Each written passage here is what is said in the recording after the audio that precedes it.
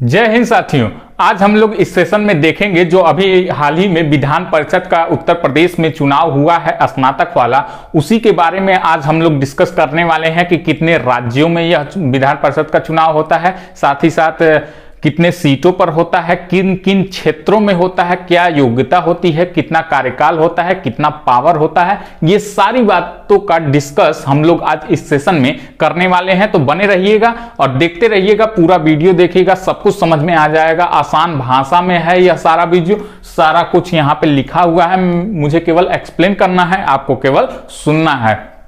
तो आइए शुरू करते हैं। लेकिन जो लोग नए हैं इस चैनल को सब्सक्राइब कर दें, जो लोग सब्सक्राइब कर चुके हैं इस वीडियो को शेयर कर दें और लाइक का बटन जरूर प्रेस कर दें। आइए शुरू करते हैं विधान परिषद का चुनाव। अभी आप लोगों ने हाल ही में देखा होगा, हालांकि मैं भी ये देखिएगा दिख रहा होगा, तो मैंने भी वोट डाला है। तो बहुत लोग कह रहे थे कि इस पे एक वीडियो बनाइए कि क्यों इतने ही राज्यों में यह होता है। तो विधान परिषद का चुनाव बेसिकली अभी भारत के कुल राज्यों में से मात्र 6 राज्यों में होता है। पहले 2019 में यह जम्मू कश्मीर भी था, लेकिन 31 अक्टूबर 2019 को इसको जब जम्मू कश्मीर केंद्र शासित प्रदेश न होकर के 2 राज्यों में जब यह बट गया, तब यह 31 अक्टूबर 2019 को विधान परिषद वहां से तत्काल प्रभाव से रद्द कर दिया गया। लेकिन वर्तमान में यह 6 राज्यों में होता है। किन किन राज्यों में होता है अगर हम बात करें तो यह होता है आंध्र प्रदेश में, बिहार में, कर्नाटक, महाराष्ट्र, तेलंगाना और उत्तर प्रदेश में। इन 6 राज्यों में होता है। हालांकि यह पहले कई राज्यों में होता था, लेकिन वर्तमान में यह 6 ही राज्यों में होता है। जैसे पहले असम में भी होता था, उसको बंद कर दिया गया, राजस्थान में भी होता था, इसके साथ साथ पश्चिम बंगाल में भी होता था, उत्तराखंड में भी हुआ था। तो ये सारा कुछ वहां भी हुआ था, लेकिन वहां पे रद्द कर दिया गया इसको। लेकिन वर्तमान में 6 राज्यों में अभी भी यह विधान परिषद का चुनाव चालू है, हो रहा है। बात करते हैं कि कौन इसको रद्द करता है, कैसे यह लागू होता है। तो यह इसका सारा कुछ परिभाषा भारतीय संविधान के अनुच्छेद 169 में यह परिभाषित है। यह संसद द्वारा इसको किया जाता है। संसद में इसको पारित कराना पड़ता है कि किस राज्य में 2/3 चुनाव से, मतलब उसमें वोटिंग होता है और 2/3 की अगर हाँ होती है तब यह उस राज्य में प्रभावी होता है और यह होता है। लेकिन अगर 2/3 से कम वोटिंग हुआ कि इस राज्य में नहीं होना चाहिए तो उसमें यह नहीं होता है। ठीक है, तो ये सारा प्रोसेस होता है। कुछ राज्य ये कहते हैं कि इसमें क्यों नहीं होना चाहिए, क्योंकि यह अप्रत्यक्ष रूप से इसमें चुनाव होता है, इसीलिए यह चुनाव नहीं होना चाहिए, यह चुनाव निरर्थक है। लेकिन कुछ राज्य कहते हैं वर्तमान में जो जिस राज्य में जिसकी सरकार होती है उसके कुछ और सदस्यों की संख्या बढ़ जाती है, इससे संगठन का पता चलता है, इसीलिए कुछ राज्य ये कहते हैं कि नहीं ये होना चाहिए। अभी देख ही रहे होंगे पश्चिम बंगाल में भी यह लागू होने वाला है। ठीक है, पहले हुआ था लेकिन बंद कर दिया गया था, फिर यह पश्चिम बंगाल में भी लागू होने वाला है। ठीक, अगर हम इसके योग्यता की बात करते हैं कि विधान परिषद के चुनाव में क्या क्या योग्यता होनी चाहिए, तो कुछ योग्यताएं तो कॉमन है कि जैसे कि भारत का नागरिक होना चाहिए, ठीक है, पागल या दिवालिया नहीं होना चाहिए, मानसिक रूप से स्वस्थ होना चाहिए। सबसे बड़ी बात इसकी आयु को लेकर के जो एग्जाम में पूछा जाता है तो इसकी आयु 30 वर्ष होनी चाहिए। योग्यता में इसकी आयु 30 वर्ष होनी चाहिए। ठीक है, और कार्यकाल की बात करते हैं तो ये दोनों क्वेश्चन इंपॉर्टेंट हो जाता है। कार्यकाल इसका 6 वर्ष का होता है। जैसे राज्य विधानसभा का जो हर 2 साल पे 1/3 सदस्य क्या होता है, सेवानिवृत्त हो जाता है, उसी प्रकार सेम रूल से, सेम तरह से इसमें भी विधान परिषद के भी चुनाव में, यानी एमएलसी के चुनाव में यह हर 2 साल पे 1/3 भाग इसमें भी सेवानिवृत्त हो जाते हैं। ठीक, ये हो गया कार्यकाल। अब इसमें अगर हम बात करें कि सीटों का आवंटन किस आधार पे होता है, तो किसी भी राज्य में राज्य विधानसभा की जितनी भी सीटें होती हैं उन सीटों का 1/3 भाग 1/3 भाग से अधिक नहीं होना चाहिए विधान परिषद के सीटों की संख्या। क्या मतलब समझे? मतलब कि अगर मान लीजिए कि उत्तर प्रदेश में 403 सीटें हैं तो उसके 1/3 लगभग 134 सीटें हुई, तो 134 सीटों से यह अधिक नहीं होना चाहिए। 134 सीटों से कम रहेगा चलेगा, लेकिन 134 सीटों से अधिक नहीं होना चाहिए विधान परिषद की सीटें। और कम की बात करते हैं कि न्यूनतम इसकी सीटें कितनी होनी चाहिए, तो न्यूनतम इसकी सीटें कुल 40 होनी चाहिए। ठीक है, सीटों के बारे में बात करते हैं तो आंध्र प्रदेश में देख लीजिए 90 सीट पे चुनाव होता है, वहीं बिहार में 75 और कर्नाटक में भी 75। वहीं अगर महाराष्ट्र की बात करते हैं तो 78, 100 था अब 78 है। तेलंगाना की बात करते हैं तो 40, न्यूनतम 40 है, तो इसको भी ध्यान दीजिएगा। उत्तर प्रदेश में 100 सीट, जो 100 सीट है यानी उत्तर प्रदेश में, इसमें लगभग हर राज्य में अप्रत्यक्ष रूप से चुनाव होते हैं। अप्रत्यक्ष रूप मतलब क्या कि किसी के द्वारा ये मनोनीत कर लिए जाते हैं। ठीक है, तो आइए हम लोग आज समझते हैं कि यह किन किन क्षेत्रों में होता है, कौन कौन लोग इसमें चुनाव में वोटिंग करते हैं। कुल यह अगर हम बात करें तो उत्तर प्रदेश में जो 100 सीटों पे चुनाव होता है, उत्तर प्रदेश में ही नहीं हर राज्यों में जितने भी सीटें हैं उस पे जो चुनाव होता है उनमें यह 1/3 भाग नगर पालिका, ग्राम पंचायत, ग्राम समिति, जिला परिषद, इन क्षेत्रों के द्वारा इसमें वोटिंग की जाती है 1/3 भाग पर। यानी जितने भी यहां पे सीट हैं इनके 1/3 भाग पर यहां से वोटिंग की जाती है। वहीं 1/3 भाग पे ही विधानसभा के सदस्यों के द्वारा यह 1/3 भाग इसमें चुन लिया जाता है, जो कि ऐसे व्यक्तियों को चुना जाता है जो कि वर्तमान में विधानसभा के सदस्य न हो। ऐसे व्यक्तियों को विधानसभा के सदस्यों के द्वारा चुना जाता है।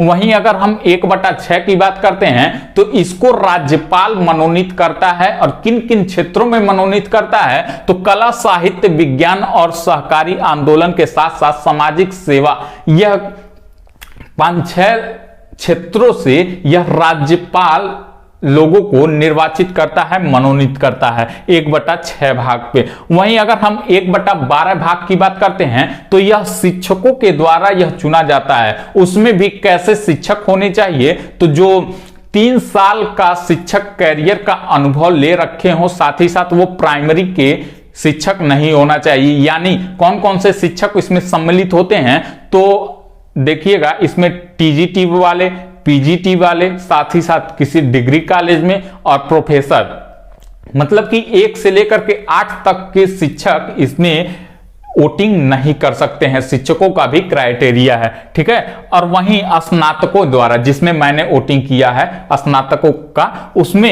1/12 भाग इसमें भी वोटिंग होता है, मतलब स्नातक वाले वोट देते हैं। ठीक है, अगर हम उत्तर प्रदेश की बात करते हैं, जो अभी हाल ही में 30 जनवरी को चुनाव हुआ था, जिसका परिणाम 2 फरवरी से गिनना चालू हुआ और 3 फरवरी को उसका रिजल्ट हुआ, तो उसी में उत्तर प्रदेश की बात करते हैं तो यह 100 सीटों का आवंटन कैसे हुआ है, जिसमें नगर पालिका, ग्राम पंचायत, ग्राम समिति और जिला परिषद का जिसमें 1/3 भाग है, उसमें उत्तर प्रदेश में 36 सीटों पर यह चुनाव होता है। वहीं अगर हम राज्य विधानसभा के सदस्यों की बात करें कि इसमें कितने सदस्य चुने जाते हैं इनके द्वारा, तो 38 सदस्य कुल चुने जाते हैं राज्य विधानसभा के सदस्यों द्वारा। उत्तर प्रदेश में कुल 38 सदस्य चुने जाते हैं। वहीं अगर हम बात करें कि राज्यपाल इन क्षेत्रों से चुनता है तो कितने लोगों को चुनता है, 10 में 10 लोगों को यह चुनता है 100 में से। ठीक है, शिक्षकों की बात करते हैं कि उत्तर प्रदेश में 1/12 भाग पे कितने सीट निर्धारित किए गए हैं, तो ये कुल 8 सीट निर्धारित किए गए हैं। और सेम स्नातक का भी 1/12 भाग 8 सीट निर्धारित किए गए हैं। कुल यहां पे कैलकुलेट करेंगे तो ये हो जाता है 100 सीटों का आवंटन। अभी हाल ही में जो 30 जनवरी को चुनाव था स्नातकों वाला, वह उत्तर प्रदेश में कुल 5 सीटों पर चुनाव हुआ। उन अगर 5 सीटों की बात करते हैं कि किन किन सीटों पर चुनाव हुआ,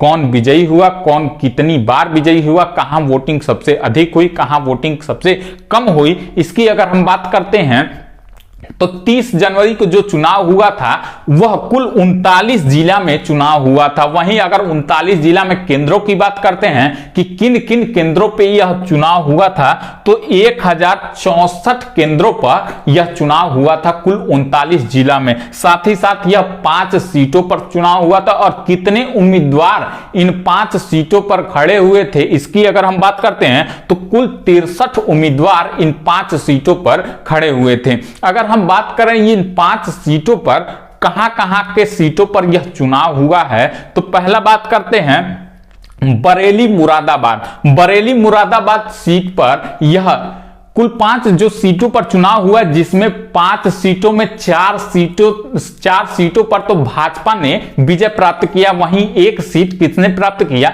निर्दल रहा वो एक सीट। अभी उसका डिस्कस आगे किया जाएगा। अगर हम बात करते हैं बरेली मुरादाबाद की, तो इस सीट पर किसने जीत हासिल की, तो जयपाल सिंह ने यह जीत हासिल की और जीत की हैट्रिक इन्होंने लगा दिया। ये तीसरी बार ये विजेता घोषित हुए हैं जयपाल सिंह। इन्होंने सपा के नेता को लगभग 51,000 वोटों से हरा करके ये जीत अपना हासिल किए हैं जयपाल सिंह बरेली मुरादाबाद की सीटों से।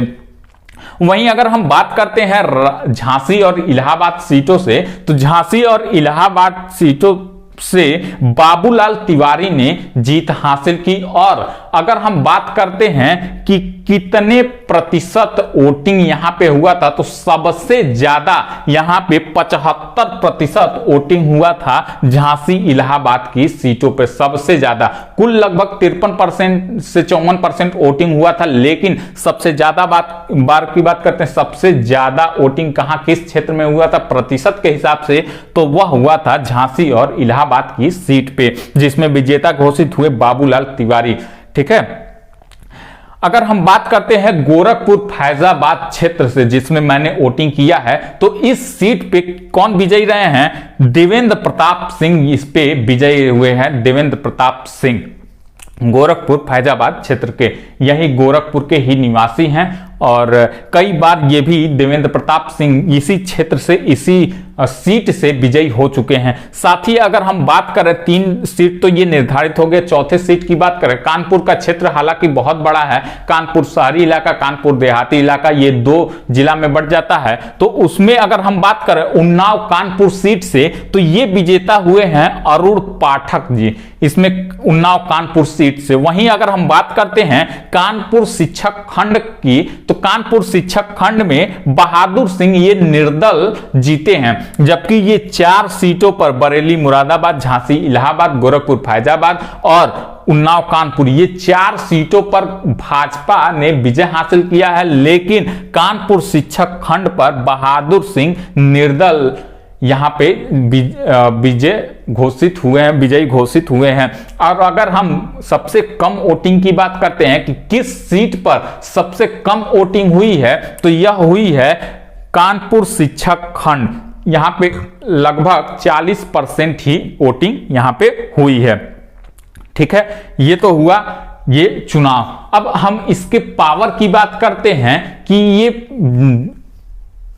ये विधान परिषद के जो सदस्य चुने जाते हैं या फिर मनोनीत होते हैं या फिर इनका चुनाव करके ये घोषित होते हैं, विजेता घोषित होते हैं, तो यह कितना पावर रखते हैं, तो जितना पावर एक विधायक का होता है सेम पावर ये एमएलसी भी रखते हैं, member of legislative council, MLC. ये इतना पावर रखते हैं एक विधायक के बराबर, यानी एमएलए के बराबर ये इतना पावर रखते हैं। ठीक है, एमएलए और एमएलसी में अगर हम फर्क की बात करते हैं, एमएलए और एमएलसी में क्या अंतर होता है, तो पावर तो दोनों का एक ही होता है। अगर हम योग्यता की बात करते हैं तो उम्र उसमें हो जाता है एमएलए में 25 वर्ष, लेकिन एमएलसी में कितना हो जाता है, ये हो जाता है 30 वर्ष हो जाता है। ठीक है, ये होता है। इसमें निर्धारित है कि इसी क्षेत्र से होने चाहिए, लेकिन उसमें निर्धारित नहीं है, आप किसी भी क्षेत्र से उसमें चुनाव लड़ सकते हैं। ठीक, ये बेसिकली उसमें थोड़ा अंतर होता है। ठीक है, ये तो हुआ विधान परिषद का चुनाव। अगर आप लोगों को यह पूरा अच्छे से समझ में आया होगा कि कितने राज्यों में होता है, कितने क्षेत्रों से होता है, क्या योग्यता होनी चाहिए, कितना कार्यकाल होता है, कितना सीटों का आवंटन कैसे होता है, ये अगर समझ में आ गया होगा। और वर्तमान में जो चुनाव हुआ था 30 जनवरी को 39 सीटों पे 1064 केंद्रों पे, अगर आप लोगों को यह सारा कुछ अगर समझ में आया होगा, वीडियो अच्छी लगी होगी तो वीडियो को लाइक कीजिएगा, शेयर कीजिएगा, और जो लोग नए हैं चैनल को सब्सक्राइब नहीं किए हैं वो चैनल को सब्सक्राइब कर लेंगे। धन्यवाद साथियों।